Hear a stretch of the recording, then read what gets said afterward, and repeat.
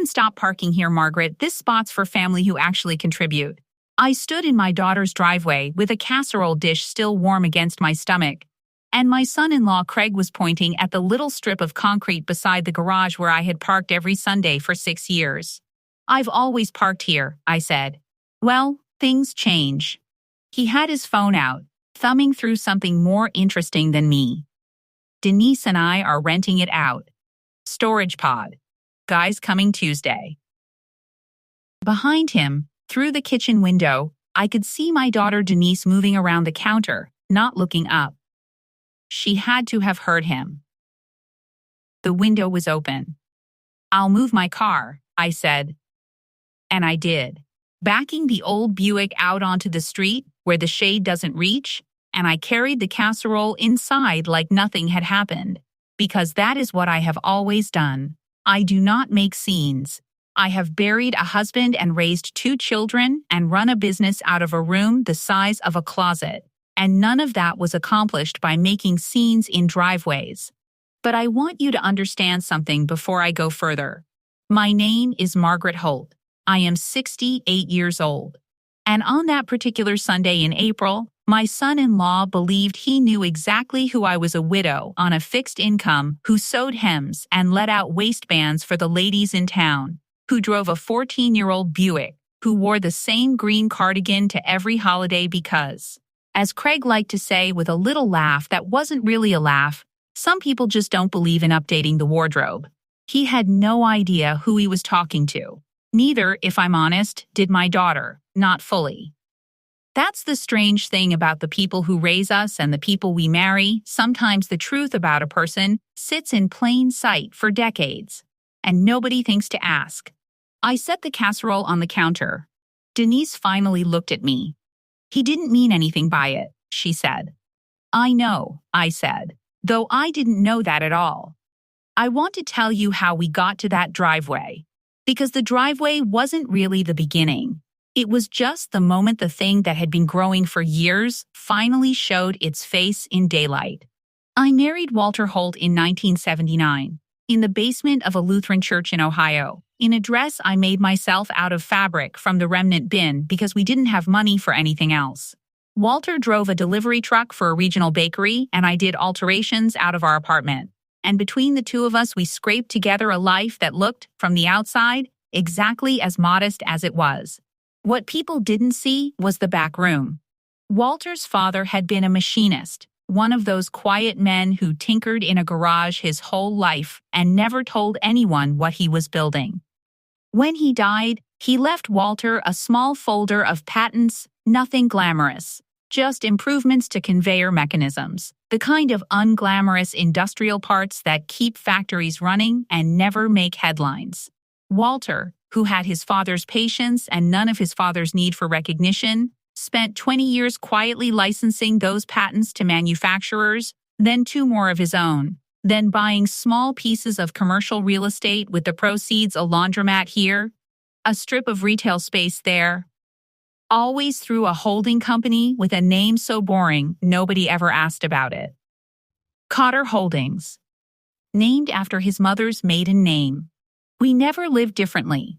That was the agreement between us, made early and never really discussed again after the first few years. We would raise our children Denise and her older brother Paul without the complication of money changing who they were. Walter used to say that a child who grows up believing there's a safety net underneath every choice never learns to actually choose anything. He'd seen it happen to men he grew up with, boys from comfortable families who drifted their whole lives because nothing was ever truly at stake. So Denise grew up thinking her father drove a truck and her mother sewed hems. Because that was, in fact, exactly what we did. She didn't know about Cotter Holdings. She didn't know that the modest 3-bedroom house she grew up in had been paid off in cash in 1994. She didn't know that when Walter died of a heart attack in 2011, at the wake at the very same Lutheran church basement where we'd married, our old friend and lawyer Sam Delgado stood next to me and said quietly, "Margaret, you understand what you're sitting on now." And I said, "I understand what I promised Walter, and Sam, who had drafted every document, nodded and never brought it up again unless I did. I kept sewing after Walter died. Not because I needed the money by then. Cotter Holdings owned 4 commercial properties outright and held a diversified trust that Sam managed with a discretion that bordered on reverence, but because sewing was mine. It was the one thing about me that had never been about money at all, before or after we had any. Mrs. Petrosky's granddaughter's wedding dress. The Amundsen boys' confirmation suit. Small, human-sized work, done with my hands, in a life I recognized. There was exactly one person in the family who ever suspected there was more beneath the surface. My sister-in-law, Ruth, Walter's younger sister. A sharp woman who'd worked 40 years as a bookkeeper and had an eye for numbers the way some people have an eye for color. At Walter's funeral, she'd taken my hand and said, "Margaret, honey, you don't have to keep living like this, you know. Walter would understand if you finally let yourself breathe a little." I remember laughing it off, telling her I didn't know what she meant. She gave me a look, not suspicious, just knowing, and let it go. Ruth passed 2 years later, and I've always regretted not telling her the truth while I had the chance. She was the only one who ever saw past the cardigan. Denise married Craig Milner in 2015. He was handsome in the way that photographs well and disappoints in person. Good hair, a firm handshake, opinions about wine he'd only recently developed. He worked in commercial leasing, which I found privately amusing given what I owned and he had no idea about, and he had from the very first Thanksgiving a particular way of talking to me that I can only describe as talking down while smiling. "Margaret, you should really let us get you a better winter coat," he said once at a Christmas party in front of his business partners. That one's seen better decades. Everyone laughed. I laughed too. It is a specific kind of loneliness, laughing at your own smallness because the alternative is making everyone uncomfortable. Denise never corrected him. I want to be fair to my daughter. I don't think she was cruel. I think she had simply absorbed, over years of marriage to a man who measured worth in square footage and quarterly bonuses, a quiet embarrassment about the mother who mended clothes for a living. She loved me. She also, somewhere along the way, stopped seeing me. The signs were there long before the driveway. Craig forgetting to include me on the invitation to their anniversary dinner 2 years ago, then acting baffled when I mentioned it. The year they redid their kitchen and joked, in front of me, about how nice it would be if I could chip in, since it's not like you've got much else to spend it on. The Christmas Craig gave me a $20 gift card to a diner and gave his own mother a cruise. Small cuts. The kind you tell yourself don't matter, because naming them out loud feels more dramatic than the actual moment. I dismissed every one of them. Walter used to say I had the patience of a stone, and I wore that like a compliment for years. Looking back, patience and avoidance can wear the same coat. The driveway incident happened in April. By June, it had gotten worse. Denise called me on a Tuesday evening, her voice too bright, the way it always was when she was about to ask me for something she already suspected I'd resist. "Mom, we want to talk to you about something. Can you come by Sunday?" "No casserole necessary," she added, like that was a kindness. I went. Craig had a folder waiting on the dining table, the kind with a company logo on it, and I understood before he opened his mouth that this was not a family conversation. This was a pitch. "So here's the thing," Craig said, sliding a paper toward me. "Denise's cousin Ashley mentioned you've got that old life insurance policy from from Walter. And look, I know money's tight for you, Margaret. I really do, and I don't want you to feel like we're pressuring you at all. But we're looking at a house. A real house, not the townhouse. Good school district for when we start trying. And we just think, as a family, it makes sense to pool resources." "Pool resources," I repeated. "We'd pay you back," Denise said quickly. "Obviously, we're not asking for a gift. It's a loan. Family loan." I looked at the paper. It was a promissory note, already drafted, already formatted with blank lines for the amount and my signature, for a sum that would have emptied the entirety of what they believed was my life insurance payout money that did not exist in the form they imagined. Because Walter's actual life insurance had been modest and had gone, at his direction, into Paul's college fund 15 years earlier. I don't have that kind of money, I said, which was, in the specific and literal sense they meant, true. Craig's face changed in a way I'd seen before, but never aimed at me quite so directly. Margaret, come on. We know Dad had savings. Denise has told me about the house being paid off. You don't exactly have expenses. I'm not trying to be rude, but you've got to have something put away, and it's not doing you any good sitting in a bank account while we're paying 11% interest on a bridge loan. It's not sitting in a bank account, I said, and that was also true, though not in the way he thought. Then where is it? He said it lightly, like a joke, but his eyes weren't joking. I folded my hands on the table the way I do when I'm sewing something delicate and don't want to rush the needle. Walter and I made decisions about our money a long time ago. I'm not going to undo them because you found a house you like. Craig sat back. Wow, okay, he looked at Denise. This is what I mean. This is exactly what I mean. What do you mean? I asked. I mean, he said, and here his voice took on the tone he probably used on tenants who were behind on rent, that it's basically ours anyway. Eventually, right? We're your only family that's actually around. Paul's off in Seattle doing God knows what. When you're gone, it comes to Denise. So we're not asking for anything that isn't already going to be ours. We're just asking early, when we actually need it, instead of when it's too late to help. The room went quiet in the particular way rooms go quiet when someone has said a true thing about themselves without meaning to. I stood up. I did not raise my voice. I think I'll head home. Mom, Denise started. It's fine, I said. I just think I'll head home. Craig muttered something as I put my coat on, not quite under his breath. Should be thanking us for even asking, honestly, instead of leaving us to figure it out ourselves when she's gone. I heard it.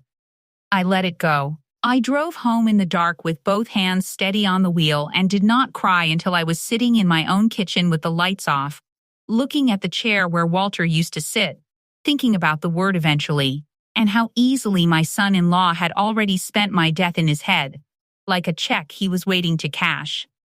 I called Sam Delgado the next morning.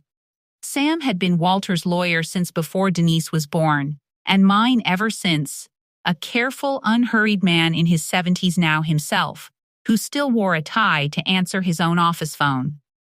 Margaret, he said. It's been a while. I think it's time, I said. The thing we talked about. Sam didn't ask what I meant. He knew exactly what I meant.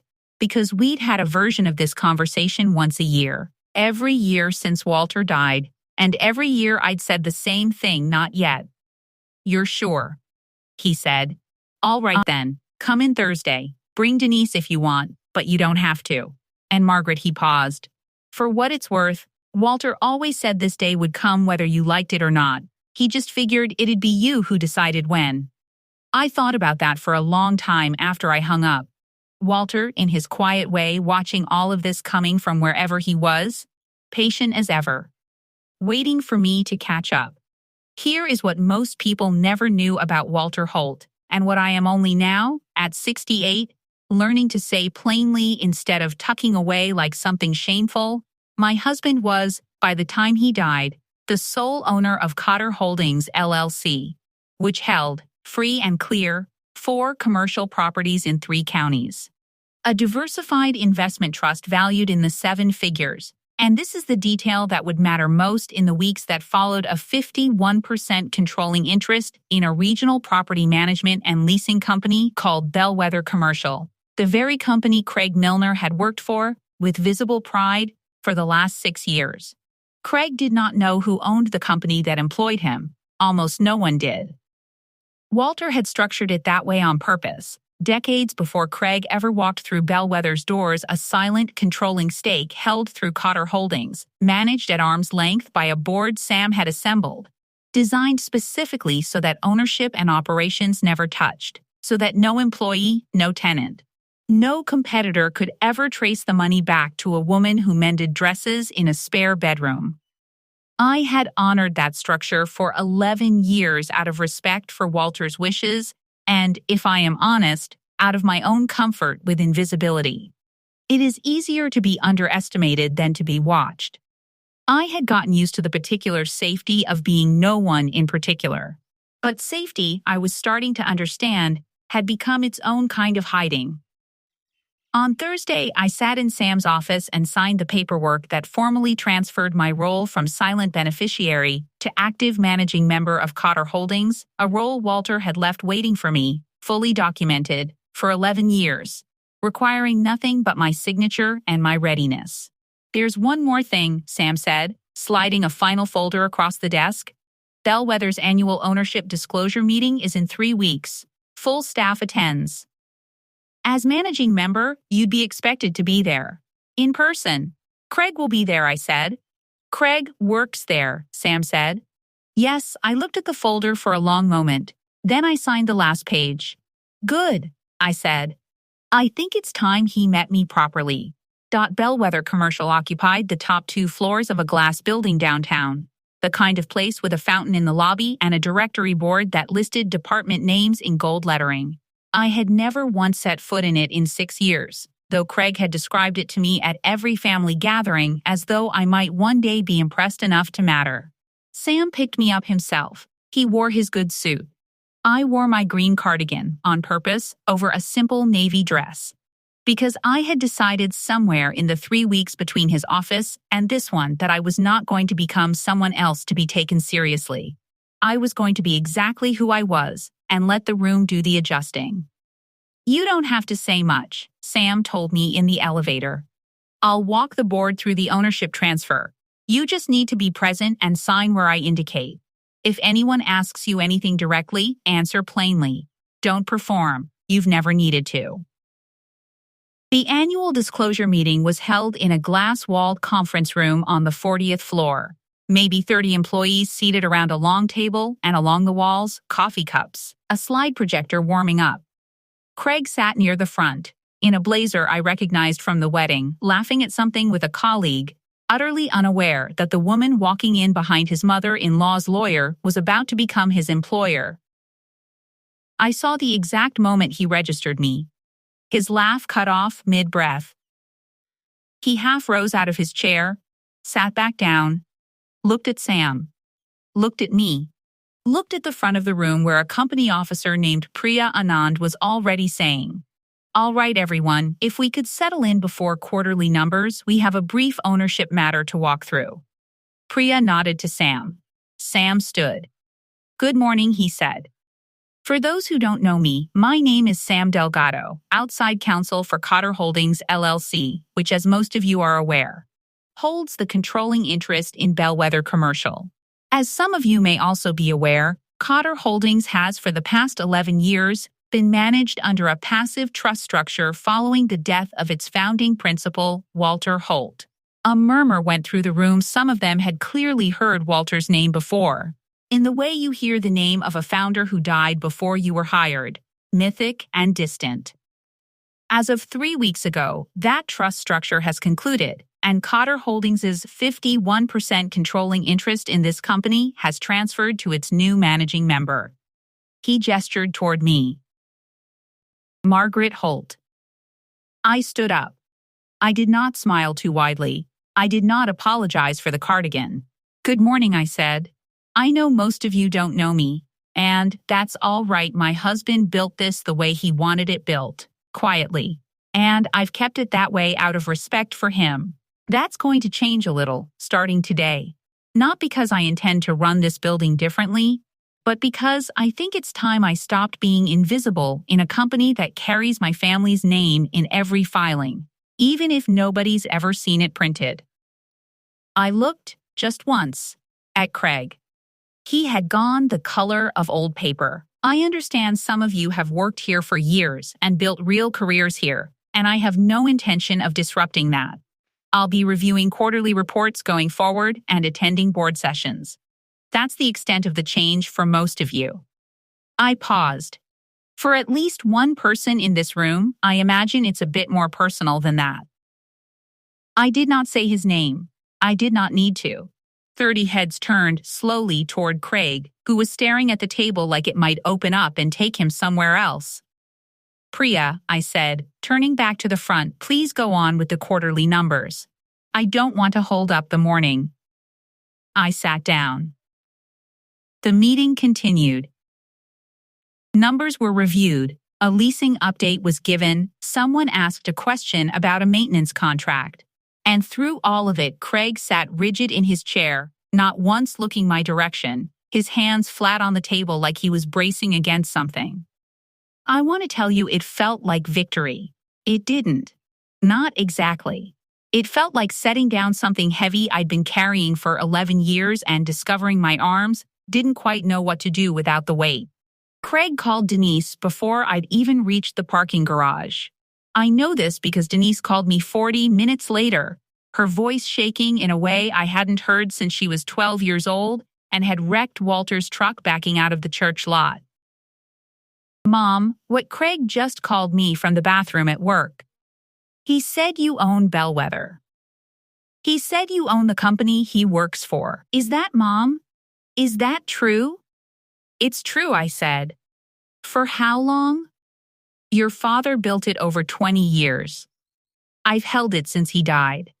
The silence on the other end of the line went on so long I thought the call had dropped. You let us think, Mom. We asked you for money 3 weeks ago. Craig showed you a loan agreement. You let him sit there and you didn't say anything. I didn't owe him an explanation of my finances to turn down a loan I didn't think you should take. I said gently as I could manage. I still don't think you should take it, for what it's worth. Not because I can't help. Because a house that big on a bridge loan isn't going to fix what's actually wrong. What's actually wrong? Denise repeated, and there was something brittle in it. I think you know, I said. And I let that sit rather than filling the silence the way I usually did, and for the first time in longer than I could remember, I didn't apologize for it. The consequences did not arrive all at once. They arrived the way water finds cracks slowly, then everywhere. Within a week, Bellwether's board, now technically answering to me for the first time in its history, requested a routine audit of departmental spending as part of what Priya called an incoming owner review. Entirely standard, she assured me, nothing unusual. I hadn't asked for it specifically. I told her to proceed however was normal.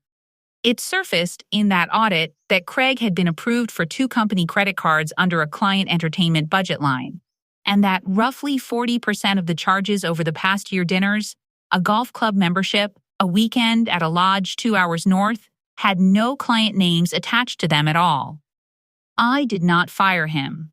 I want to be clear about that, because I know how these stories are supposed to go, and revenge is not why I'm telling you this one. I told Priya to handle it through normal HR channels, the same as she would for anyone else, and to make sure I never heard about the specifics again unless the company's own procedures required it. Priya, to her credit, did exactly that. Craig was placed on a formal spending review, required to reimburse the company just over $6,000, and put on notice that a second violation would end his employment. He was not told, and to this day may not fully know, that I was the one who declined to have him simply removed, which several board members had quietly suggested would be the cleaner outcome. Denise found out about the credit cards from Craig himself, in the middle of an argument about something else entirely, the kind of confession that spills out sideways when a person is already cornered. She called me crying, not about the money, she said, but about the house they'd wanted the loan for, the house Craig had already put an offer on, using numbers from a pre-approval that had, it turned out, been quietly built on the assumption of a windfall from me that was never coming. plus income figures that conveniently rounded up his real salary by almost $15,000 a year. He lied to the bank, Denise said. He lied to his own parents about how much we make. He told his mother we were basically set after we bought the townhouse. Mom, I don't think I know who I've been married to. I did not say I told you so. I have never once in this whole ordeal said I told you so, because I don't believe it. Not really. I don't think Craig was a villain from the start. I think he was a man who married into a family he decided was beneath him and spent years quietly resenting the very people who kept feeding him at their table, and somewhere in that resentment he'd built a version of himself that could justify almost anything, so long as he believed he deserved it more than we did. I think, I said instead, that you're going to have to decide what kind of marriage you want to have. Not because of what he did to me. Because of what he's apparently been doing, quietly, this whole time, to you. 2 weeks after the bellwether meeting, Craig showed up at my house alone, without calling first, which he had never once done in 9 years of marriage to my daughter.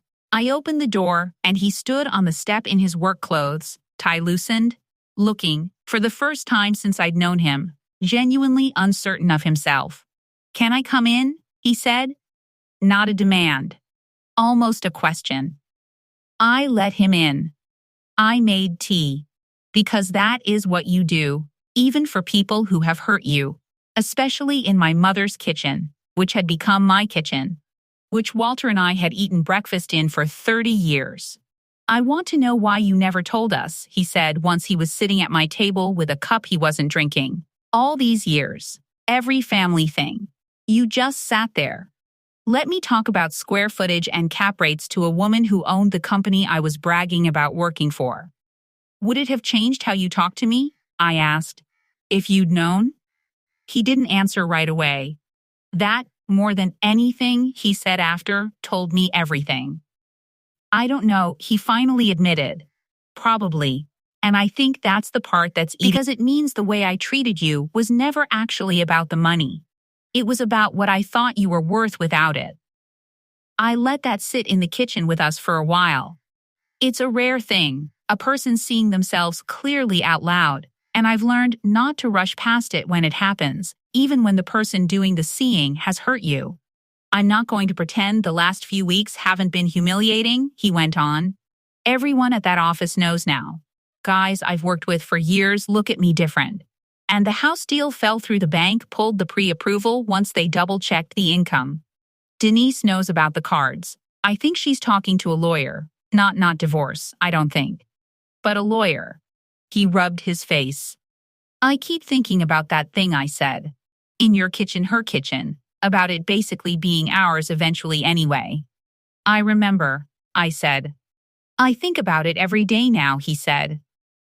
I said that to a woman who'd been quietly funding a life she never once made either of us feel obligated to thank her for. And I called her poor to her face for 6 years. I didn't tell him it was all right, because it wasn't, not yet, and I have never believed forgiveness should be handed out like a coupon just because someone finally noticed the bill. But I did pour him more tea, and I did let him sit in my kitchen a while longer, because there is a difference between forgiving someone and refusing to slam the door on the possibility that they might, eventually, become someone worth forgiving. "You should go home," I said eventually, talk to my daughter. "Not to me." He nodded, stood, and at the door he stopped and looked back at me, really looked, the way you look at someone you're seeing for the first time. "For what it's worth," he said, "I'm sorry about the parking spot. It was such a small, foolish thing to apologize for, out of everything. That, I almost laughed. But I understood what he meant by it. Sometimes the smallest cruelty is the one that's easiest to finally name. For a while, nothing happened. Which is its own kind of chapter. Though, nobody ever tells you that when you're waiting for a story to resolve itself. Denise didn't call for 11 days. I know, because I counted. The way you count things when you're trying not to sit with how much they matter. When she finally came, she came alone, on a Saturday morning, and she looked older than she had at Christmas, not in years, but in the way a person looks after they've stopped pretending something to themselves. "We're not divorcing," she said, before I'd even gotten the door fully open. Like she needed to say it before she lost her nerve. "But we're not fine either." He moved into his brother's place for a few weeks. "We're doing counseling. Real counseling, not the kind where you just talk about scheduling." "Come in," I said, and she did. And she sat at the same table Craig had sat at, and cried the kind of crying that isn't really about the thing you say it's about. "I keep going back through everything," she said. "Every time he made a comment about your coat, your car, the sewing, and I never once said anything. I laughed along half the time because it was easier than making it a thing. And the whole time I actually believed we were struggling because you couldn't help more. I resented you a little, Mom. I'm ashamed to say that out loud, but I did. I thought you were choosing your church group and your quilting and your little sewing room over your own grandkids someday having a decent house. And you were sitting on," she gestured vaguely, unable to even finish the sentence with a number she still didn't fully believe. "I know," I said. "Why didn't you just tell me?" "Any of it. Any time in the last 11 years? This is the part I've had to sit with the longest, and the part I think matters most, if you're listening to this and wondering what any of it has to do with your own life. Because your father and I decided a long time ago that money changes how people move through a room. It changes what they think they're owed and what they think they don't have to earn. I watched what it did to boys your uncle grew up with, boys who never had to want anything, and I didn't want that for you or your brother. I wanted you to build a life you actually believed you'd built yourself." I paused. I think I got the timing wrong. I think I let protecting you turn into something closer to hiding from you, somewhere along the way. And those aren't the same thing, even though they can look the same from the inside. She reached across the table and took my hand, the way she used to when she was small and the thunder scared her. "I don't want it handed to us, Mom. Not the house, not any of it. Not right now. I think if you gave us money today, it would just prove Craig's whole point. And I don't want to prove that point. I want to actually fix what's broken first. I want you to understand that this was the moment I had been waiting for, without knowing I was waiting for it, not an apology, though there had been plenty of those by then, but a daughter who no longer wanted the safety net before she'd learned to walk on her own floor." "Then we won't talk about money," I said. "Not until you bring it up." That's a promise. The months that followed were not dramatic. I think that surprises people when I tell this part. They expect a grand gesture, a single scene where everything gets fixed. It wasn't like that. It was Craig, moved back in after 8 weeks, taking a second smaller role at a different leasing firm because he said he couldn't look his old coworkers in the eye every day, even though Priya had told him, with more grace than I think I would have managed, that his job at Bellwether was still his if he wanted it. He didn't take it. I think that mattered more than anything he said to me, the fact that he walked away from convenience when convenience would have been so easy to accept, mine to give. It was Denise picking up a second set of hours at the school district office, not because she needed to. Exactly, but because she said she wanted to know what it felt like to build something instead of borrow it. A phrase I recognized instantly as one I'd said to her as a teenager and never expected her to actually keep. It was small things. Craig started coming to Sunday dinner again, eventually, and the first few times he barely spoke, ate quickly, left early. He began, without me asking, helping his mother-in-law me with things around the house he'd never once offered to do in 9 years. Fixing the fence gate, hauling the old sewing cabinet Walter built up from the basement when I mentioned I wanted it back upstairs. He never made a speech about any of it. He just did it, week after week, the way you rebuild trust, not with declarations, but with the boring, repeated proof that you'll show up even when no one's keeping score anymore. It was Denise asking, 6 months in, if she could come sit with me on a Tuesday evening and learn how to hem a pair of pants, just because she said, I never asked you to teach me. And I think I always thought it wasn't worth learning. I taught her on Walter's old machine, the same one I'd used for the dress I married him in, and she was terrible at it, and we laughed more that night than we had in years. It was a year, roughly, before the word loan ever came up again, and when it did, it was Craig who brought it, sitting at my table with a spreadsheet he'd built himself, showing me exactly what he and Denise had saved on their own, what they still needed, what they were proposing as a real repayment schedule with real interest. Not because you need the interest, Margaret, he said, but because I need to know I paid for something instead of just receiving it. I looked over the numbers. I looked at him steadier now, quieter in a different way than the quiet I'd first met, a chastened kind of quiet rather than a performing one. I'll think about it, I said, and I meant it as a genuine answer, not a soft no, and he understood the difference, and thanked me and didn't push. We held Walter's anniversary dinner that October, the way we did every year, at the same table, with the same worn tablecloth I'd made in 1985 and never replaced, because some things earn the right to stay imperfect. Paul flew in from Seattle. Denise made her father's favorite pot roast, badly, the way she always had. And nobody said anything about that either, because some traditions are really just love wearing a slightly burnt disguise.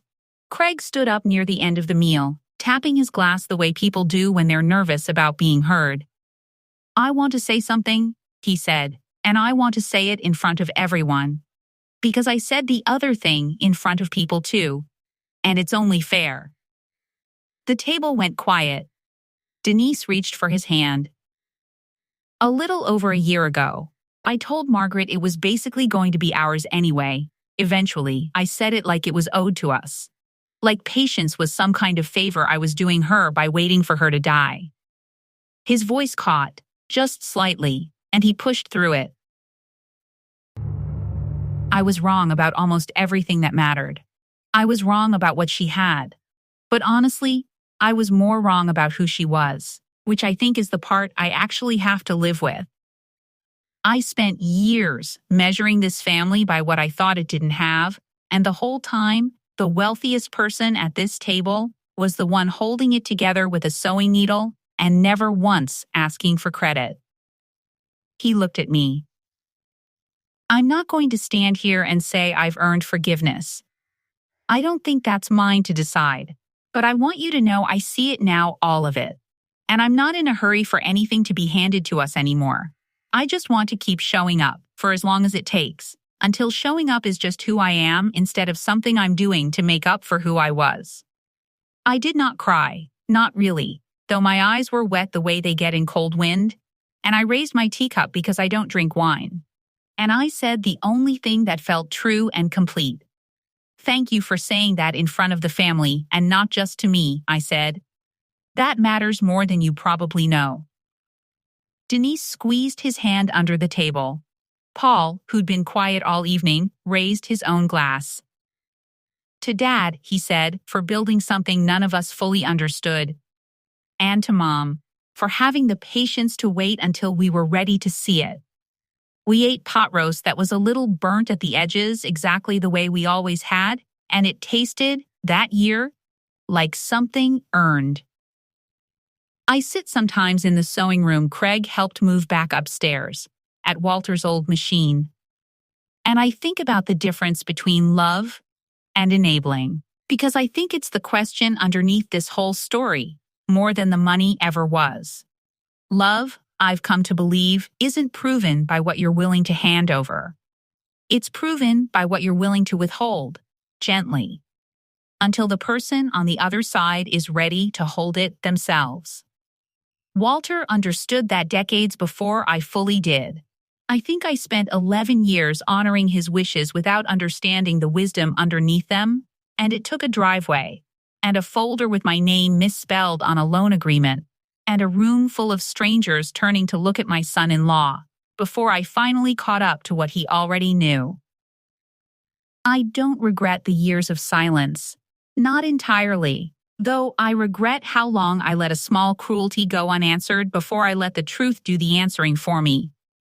I don't regret the sewing, either not one hem, not one Sunday spent in that little back room instead of somewhere grander. That work was never beneath me. If anything, it was the truest thing I ever did, the one part of my life that was never about what I had, only about what I could make with my hands for someone who needed it. If you're listening to this and there's someone in your life who's underestimated you, a son-in-law, a daughter, a neighbor who assumes your quiet means you have nothing worth knowing, I hope you'll remember that the truth rarely needs to be shouted to be heard. It just needs the right room, and the right moment, and the patience to wait for both. Thank you for spending this time with me and with Margaret's story. If it moved you, I'd love to hear which part stayed with you longest. Leave a comment and let me know. And if you enjoyed this one, please consider subscribing. There are more stories like it waiting for you. About the quiet people in our lives who turn out to be carrying more than anyone ever gave them credit for. Until next time, take care of each other, and don't mistake someone's silence for having nothing.